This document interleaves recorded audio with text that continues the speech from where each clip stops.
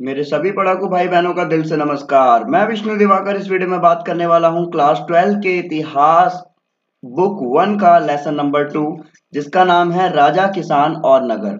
तो ये लेसन आपके लिए बहुत इंपॉर्टेंट होने वाला है, बहुत फैंटास्टिक, और इसमें से आपके बहुत बार पूछे गए ऐसे प्रश्न हैं जो बिल्कुल एज इट इज जैसे मैं बताऊंगा वैसे के वैसे ही आपको आ जाएंगे। तो आपको बस क्या करना है, वीडियो को एंड तक देखना है, और आपको जो भी चीज अगर समझ नहीं आती है तो आप मुझे कमेंट सेक्शन में जरूर बताइएगा। तो वीडियो को स्टार्ट कर लेते हैं देरी ना करते हुए।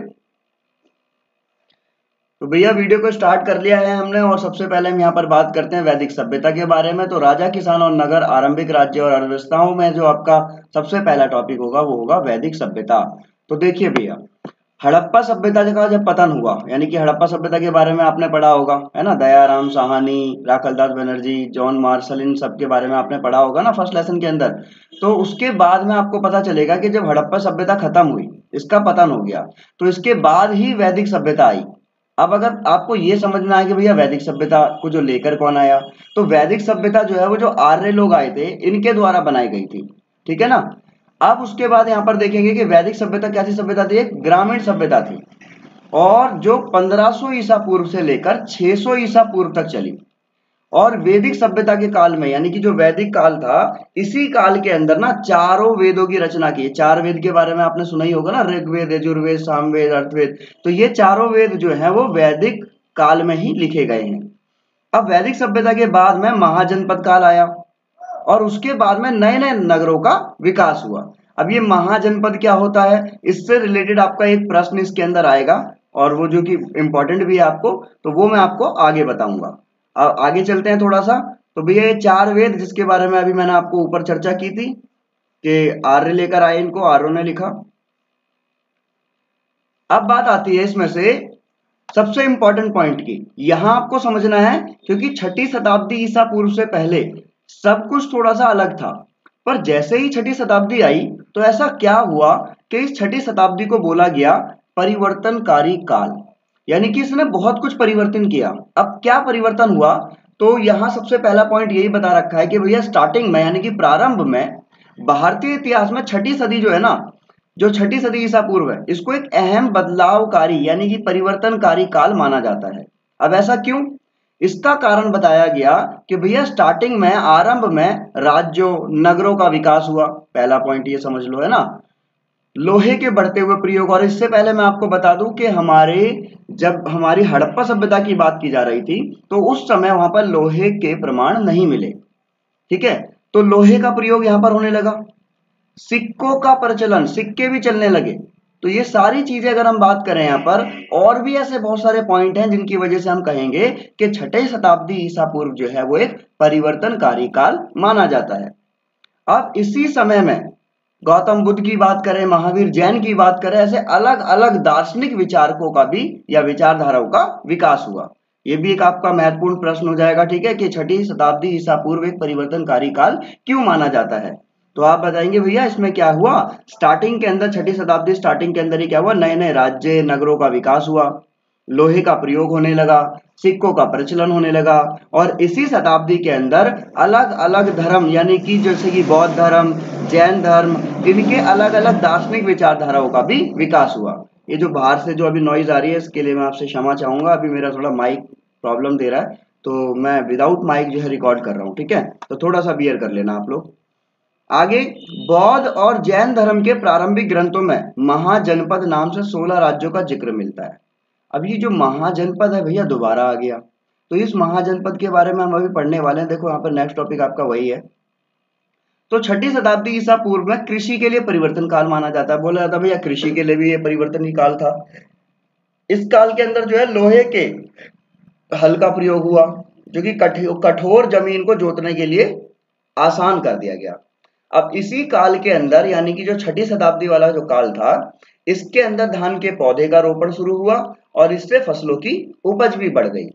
तो यहां तक तो आपको समझ आ गया भैया छठी शताब्दी ईसा पूर्व महत्वपूर्ण क्यों था। पहला पॉइंट आप बताओगे इसमें भाई, जो है नए नए राज्य, नगरों का विकास हुआ, लोहे का प्रयोग, सिक्कों का प्रचलन। दूसरा पॉइंट आप बताओगे इसके अंदर जो है बौद्ध, जैन जैसे अलग अलग दार्शनिक विचारधाराओं का विकास हुआ। तीसरा आप बताओगे इसके अंदर के जो धार्मिक ग्रंथ थे, इन्हीं ग्रंथों में महाजनपद के नाम से 16 राज्यों का जिक्र मिलता है। फिर आप बताओगे कृषि के लिए भी एक महत्वपूर्ण था, लोहे के हल का प्रयोग होने लगा क्योंकि कठोर जमीन को जोतना आसान हो गया। और इसी काल के अंदर जो है धान के पौधे का रोपण शुरू हुआ और फसलों की उपज बढ़ी। तो ये हमारा पूरा का पूरा पॉइंट यहाँ पर क्लियर हो गया है। आई होप आपको सारी चीजें क्लियर हो गई होगी। ठीक है, अब थोड़ा आगे चलते हैं भैया, जनपद और महाजनपद। तो पहले तो मैं आपको ये समझा दूं कि जनपद क्या है। देखो जन मतलब क्या होगा, जन, जन मतलब होता है जनता, है ना, लोग, और प्लस अगर हमने लिख दिया पद, पद मतलब क्या होता है पैर, यानी कि जनता के पैर। अब जनता के पैर जहां पर पड़े, जनता ने निवास अपना बना लिया, एक जगह पर रहने लगे, वहीं पे खाना पीना इनका सब कुछ स्टार्ट हो गया, तो ये क्या कहलाएगा, ऐसे ही एक राज्य बन गया, है ना। और ऐसे ही अनेकों राज्य से मिलकर क्या बन गया, जनपद बन गया। तो ऐसे ही जनपद को, ऐसे जनपद मिल जाएंगे तो इन जनपदों को मिलाने के बाद में क्या बन जाएगा, महाजनपद, है ना। तो ऐसे ही अगर हम बात करें यहाँ पर, तो इस पॉइंट को अच्छी तरीके से समझेंगे कि ऋग्वैदिक युग में राज्यों को जन कहा जाता था और उत्तर वैदिक युग में राज्यों को जनपद कहा जाता था। अब चाहे राज्य बोलो चाहे जनपद बोलो, भैया दोनों का मतलब सेम है। आपको मैं समझा देता हूं, अगर आपके सामने एक वर्ड आ गया भैया प्रांत, क्या आ गया, प्रांत, तो प्रांत का मतलब भी राज्य होता है, राज्य का मतलब भी राज्य होता है, जनपद का मतलब भी राज्य होता है, तो तीनों मतलब सेम है। बस हमें इसमें इतना सा डिफरेंस समझना है कि ऋग्वैदिक युग के अंदर जो है राज्यों को जन का नाम दिया गया, जन, और उत्तर वैदिक युग में राज्य को क्या बोला गया, जनपद बोला गया। ठीक है, जन का हो, राज्य का हो, प्रांत का हो, जनपद का हो, सबका मतलब सेम होता है। यहाँ पे सारे डाउट आपके क्लियर हो जाने चाहिए, है ना। अब चलते हैं दूसरा, कि 6वीं शताब्दी ईसा पूर्व में देश के राजनीतिक क्षितिज पर जिन विभिन्न राज्यों का अस्तित्व दिखाई देता है उन्हें महाजनपद की संज्ञा दी जाती है। अब भैया 6ठी शताब्दी ईसा पूर्व में देश के अंतर्गत जितने भी यहाँ पर जो राज्य दिखाई दे रहे हैं ना, उन सभी को क्या नाम दे दिया गया, महाजनपद का नाम दे दिया गया। इस समय के अलग अलग महाजनपदों का उल्लेख बौद्ध ग्रंथ के अगुंतर निकाय और जैन धर्म के ग्रंथ भगवती सूत्र में हुआ है। यानी कि जो बौद्ध ग्रंथ है ना, ये बौद्ध ग्रंथ है अगुंतर, इसके अंदर, और जैन धर्म का एक जो है भगवती सूत्र, इसके अंदर बताया गया है। इसमें अगुंतर निकाय की सूची को अधिक विश्वसनीय और प्रमाणित माना गया है। और बौद्ध और जैन धर्म के प्रारंभिक ग्रंथों में महाजनपद नाम से 16 राज्यों का जिक्र मिलता है। कितने, 16 राज्यों का जिक्र मिलता है। हालांकि महाजनपदों के नाम की तालिका इस ग्रंथों में एक बराबर नहीं है, फिर भी यहाँ पर कुछ नाम दिए गए, जैसे कि वज्जी, मगध, कौशल, कुरु, पांचाल, गांधार, अवंती, ये सारे नाम जो है मिलते हैं। तो बताया गया कि इसमें स्पष्ट है कि महाजनपद सबसे अहम महाजनपदों में गिने जाते होंगे। यानी कि जो वज्जी है, मगध है, कौशल है, कुरु है, पांचाल है, गांधार है, अवंती है, इनका नाम अगर हम यहाँ पर देख रहे हैं तो इसका मतलब ये एक महत्वपूर्ण और अहम महाजनपदों में इनका नाम लिया जाता था। अब अधिकांश महाजनपदों पर जो है राजा का शासन था। जितने भी महाजनपद रहे हैं उन पर कौन शासन करता था, राजा शासन करते थे।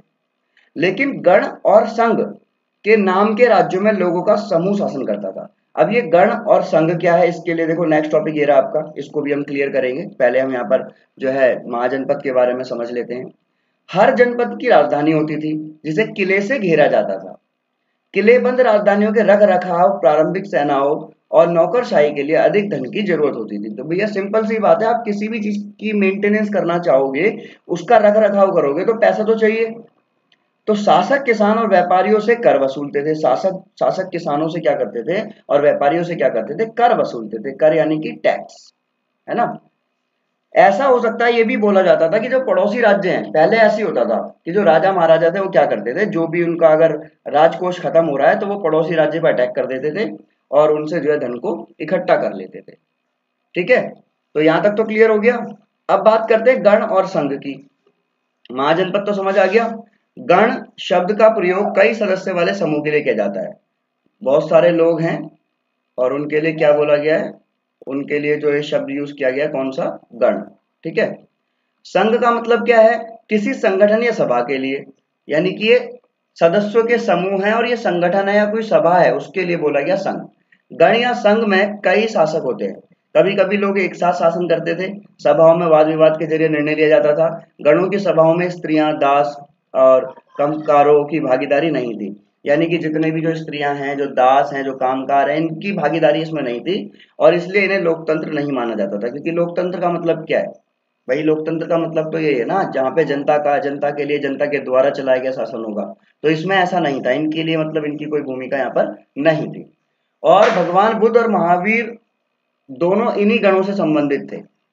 वज्जी संघ की ही भांति कुछ राज्यों में भूमि सहित अनेक आर्थिक स्रोतों पर राजा गढ़ सामूहिक नियंत्रण रखते थे। तो यानी कि जो राज्य वाला जो कॉन्सेप्ट था, वो जो महाजनपद वाला था, उससे थोड़ा सा अलग था संघ और गण। ठीक है, अब भैया आप आ जाओ जरा यहाँ पर सबसे महत्वपूर्ण प्रश्न की तरफ, यानी कि आपका इस वाले लेसन में से एक क्वेश्चन जो कि बहुत बार पूछा जाता है, मगध महाजनपद के बारे में। तो पहले मगध के बारे में पढ़ लो, उसके बाद में इससे रिलेटेड जो क्वेश्चन आएगा वो मैं आपको बता दूंगा। मगध जो है, आज हम जिसको बिहार बिहार बोल रहे हैं ना, बिहार राज्य में स्थित है। मगध छठी से लेकर चौथी शताब्दी ईसा पूर्व में सबसे शक्तिशाली महाजनपद बन गया। अब आपका जो मैं प्रश्न बता रहा था तो वो यही प्रश्न है कि मगध महाशक्तिशाली जो था तो उसके क्या कारण थे। ठीक है, मगध महाजनपद को सबसे महत्वपूर्ण या सबसे शक्तिशाली महाजनपद क्यों कहा जाता था, तो ये आपको समझना है। ठीक है, यहाँ पर हम लोग इसको समझेंगे अच्छी तरीके से। तो पहले मैं आपको बता देता हूँ, यहाँ पर देखो जो प्रश्न आपका आने वाला है, ये रहा आपका प्रश्न, ये यहाँ से, ये इंपॉर्टेंट है।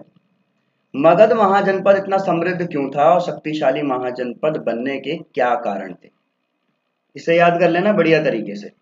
सबसे पहले, यह प्राकृतिक रूप से सुरक्षित था।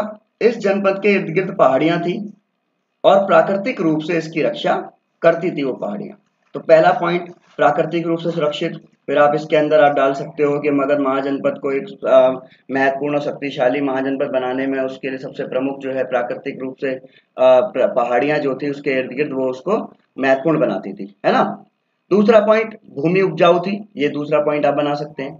आप यहाँ पर बता सकते हैं मगध महाजनपद को समृद्ध और शक्तिशाली महाजनपद इसलिए कहा जाता था क्योंकि वहां पर गंगा और सोन नदी के पानी से सिंचाई के साधन उपलब्ध थे, जिसके कारण वहां पर जो है फसल अच्छी होती थी और वहां की भूमि क्या थी, उपजाऊ थी, है ना। तो दूसरा पॉइंट आपका ये हो जाएगा। तीसरा पॉइंट, जनसंख्या जनपदों से अधिक थी। यानी कि अगर हम बात करें, देखो भैया लोग होना भी जरूरी है। तो अगर आपके किसी भी राज्य में अगर युद्ध होता है, उस समय किसी महाजनपद में या जनपद से अगर युद्ध होता है तो आपके पास में लोगों का होना भी तो जरूरी है।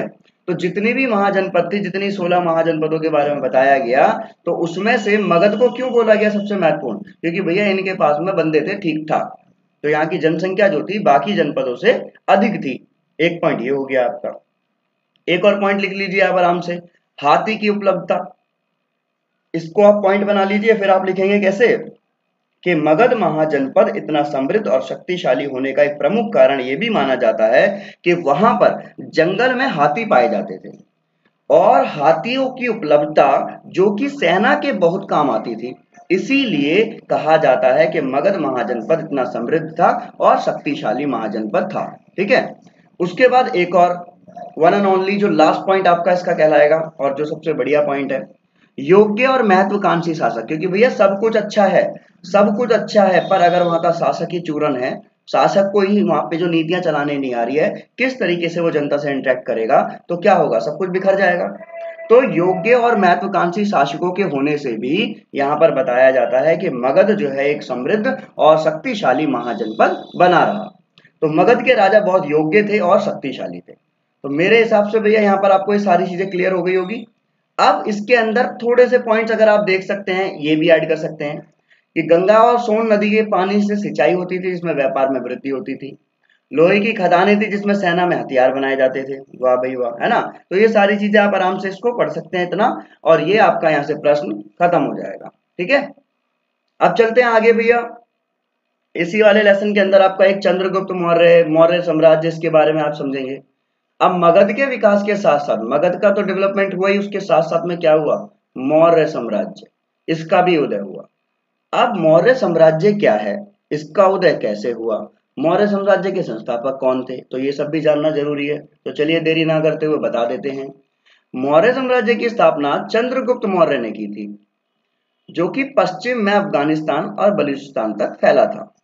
मौर्य साम्राज्य की जो स्थापना है वो चंद्रगुप्त मौर्य ने की थी 321 ईसा पूर्व के अंदर। ठीक है, अब चंद्रगुप्त मौर्य का जो जन्म है वो 340 ईसा पूर्व में पटना के बिहार जिले में हुआ।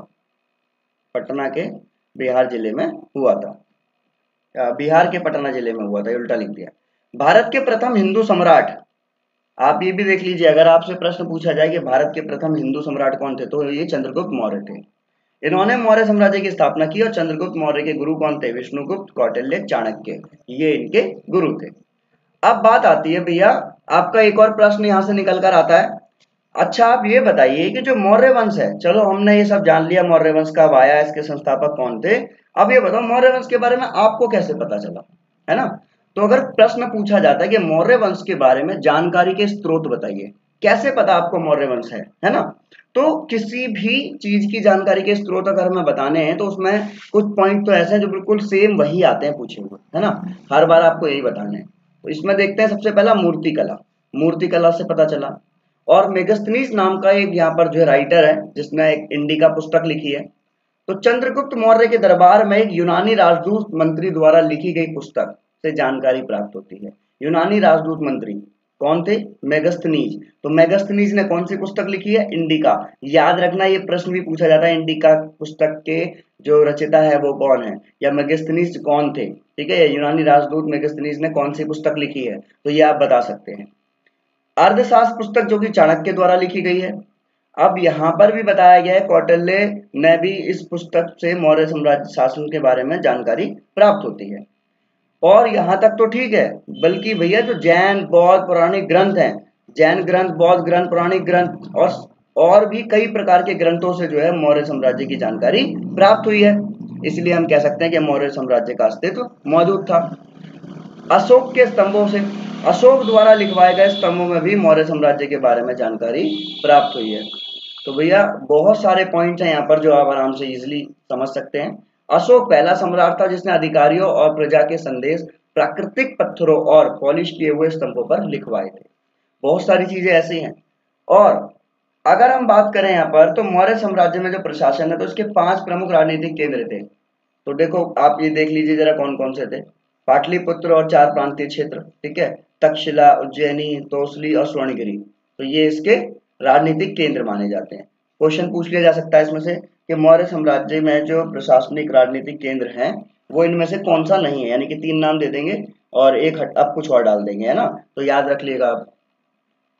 इन सब का उल्लेख अशोक के अभिलेखों में किया जाता है, ठीक है, ये सब आप देख लीजिए यहाँ पर। तो उसके बाद अब जो यहाँ पर आपके लिए मेन आता है वो क्या है?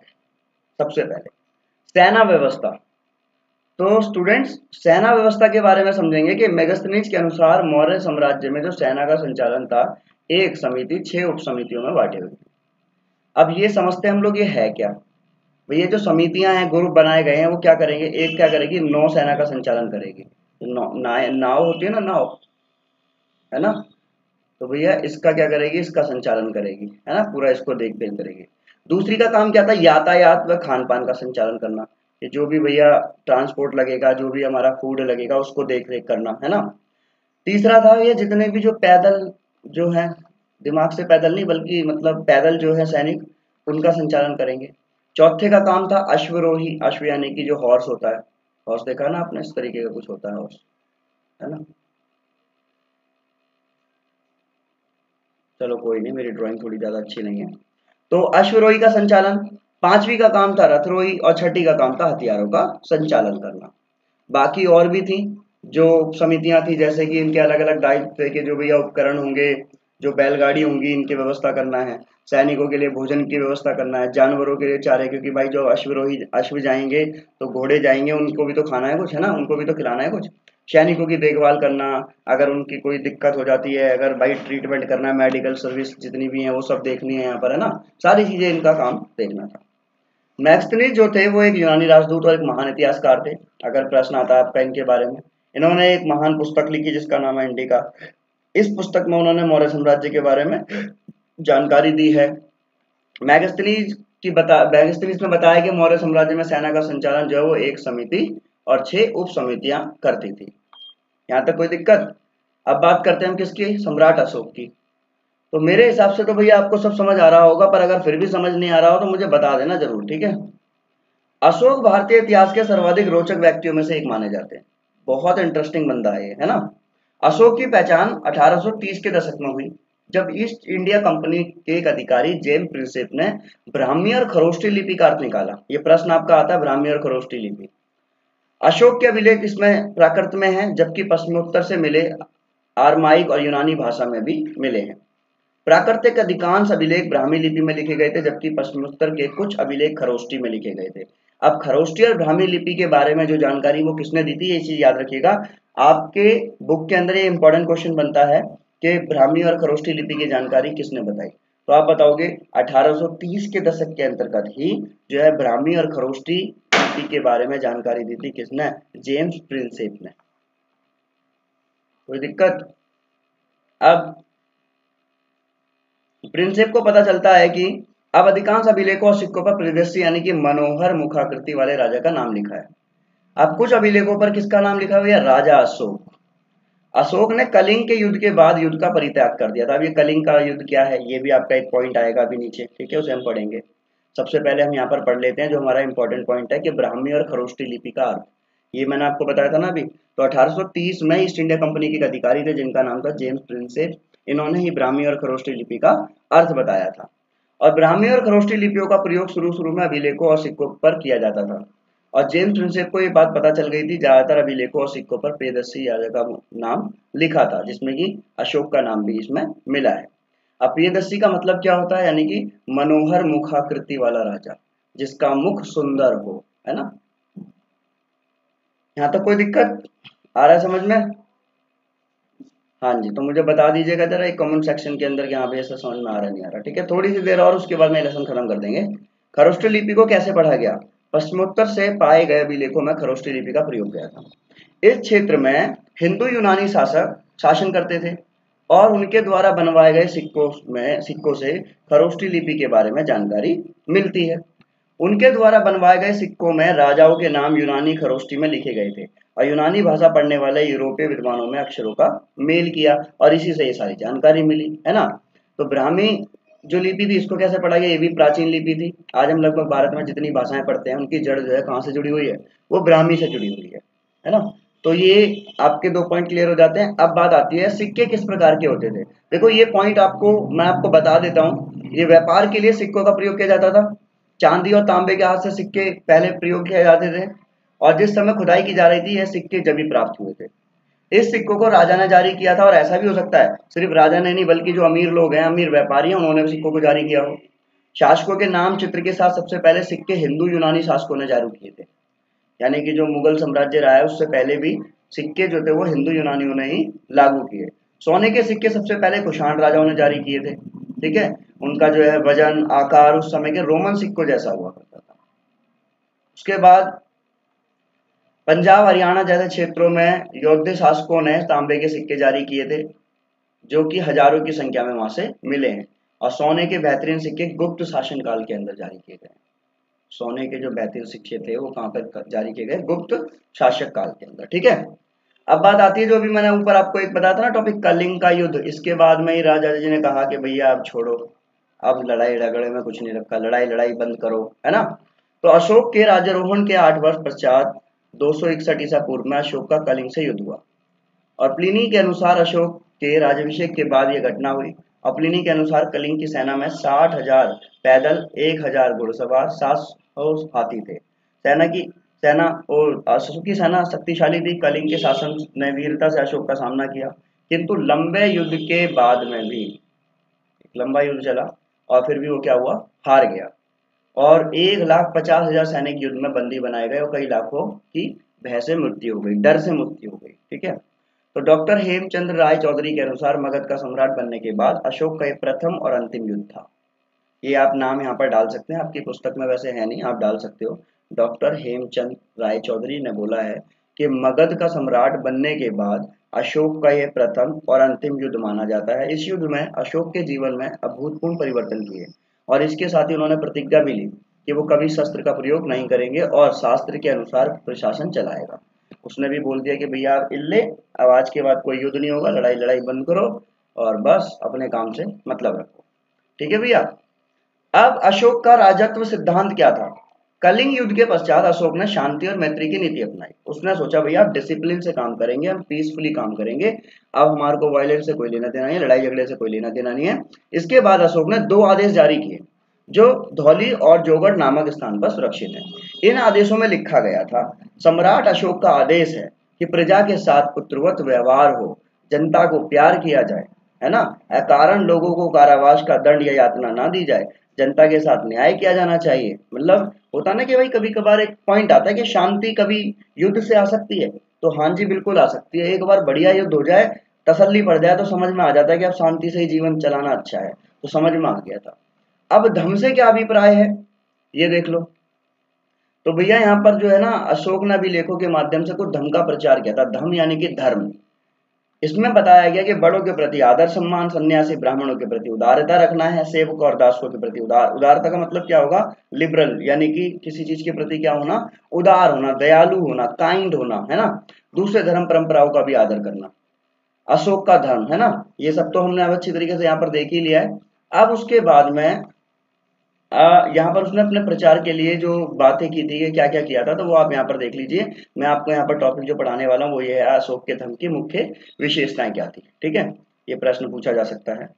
अशोक का धर्म जो था वो एक नैतिक नियम और सामान्य विचार संहिता थी। अब इसकी मुख्य विशेषताएं, नैतिक जीवन व्यतीत करना। इस धर्म के अनुसार कहा गया था कि मनुष्य को कैसा जीवन बिताना है, बिल्कुल नैतिक तरीके से, सदाचार तरीके से जीवन को व्यतीत करना है। वासनाओं पर नियंत्रण रखना है। इस धर्म के अनुसार बाहरी आडंबर, अपनी वासनाओं पर नियंत्रण रखने की बात की गई थी। जो भी अपनी इच्छाएं हैं, अपनी वासनाएं, इनको नियंत्रित रखा जाए। दूसरे धर्मों का सम्मान किया जाए, जीव जंतु को क्षति ना पहुंचाए, है ना भाई, मतलब सभी जीव जंतुओं को जो है उनकी हत्या नहीं करनी, उनको मारना पीटना नहीं है। सबके प्रति क्या रखना है, बिल्कुल अपना काइंड बिहेवियर रखना है, बिल्कुल पोलाइट रहना है ना, सबके प्रति दयालु बनना है और सभी का आदर करना है।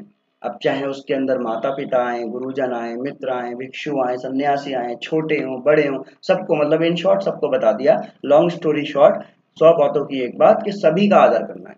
ठीक है भैया। अब मौर्य समाज साम्राज्य की सामाजिक, आर्थिक और सांस्कृतिक स्थिति, ये भी क्वेश्चन आ जाता है आपका। तो इसमें हम सामाजिक जीवन की बात करें कि अशोक के लेखों, कौटिल्य के अर्थशास्त्र, मेघस्मित की यात्रा विवरण से मौर्य काल के सामाजिक जीवन पर प्रकाश पड़ता है। अब इसमें सबसे पहले सामाजिक वर्ग और जाति प्रथा, कौटिल्य साथ आश्रम व्यवस्था की जानकारी प्राप्त होती है। क्षत्रिय और वैश्य प्रतिष्ठित की बात होती है। लोग ब्राह्मणों के प्रति श्रद्धा का भाव रखते थे। और मैगस्थनीज की इंडिका के अनुसार 7 जातियों का उल्लेख किया गया, जिसमें दार्शनिक, किसान, अहीर, कारीगर और सैनिक, निरीक्षक और सभासद, ये नाम दिए गए थे। ठीक है।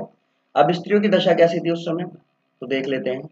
स्वतंत्रता और समानता प्राप्त थी। स्त्रियों को पुनर्विवाह और तलाक की अनुमति थी। सार्वजनिक कार्यों में भाग लेने के लिए प्रतिबद्ध थी। स्त्री धार्मिक कार्यों को अपने पति के साथ पूरा कर सकती थी।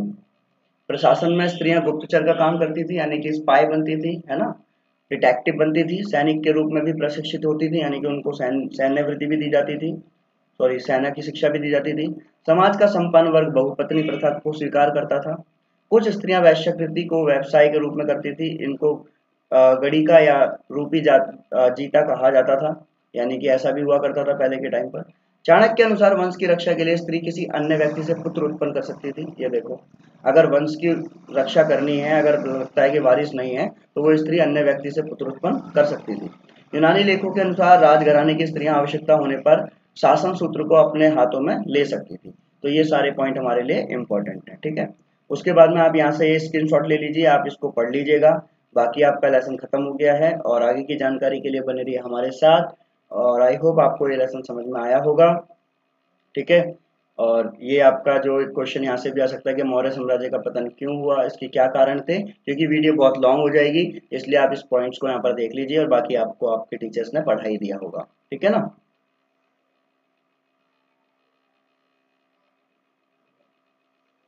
ये सारी के सारी स्क्रीनशॉट आप ले सकते हैं यहाँ पर।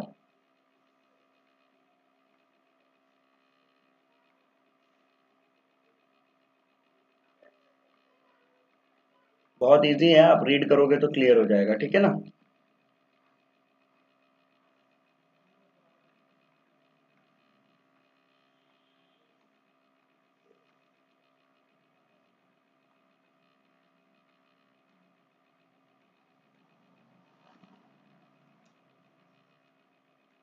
अब जनता के बीच में राजा की छवि कैसी थी, ये सब आपने बुक में पढ़ा होगा कि इसके ज्यादा साक्ष्य तो वैसे प्राप्त नहीं हुए हैं, है ना, पर फिर भी राजा क्या करते थे, रूप बदलकर जो है वहां पर जाया करते थे। ठीक है ना। तो भैया ये आपका अध्याय था, और उसके बाद में आपका ये अध्याय यहाँ पर खत्म होता है। आगे की जानकारी के लिए बने रहिए हमारे साथ। जब तक के लिए धन्यवाद।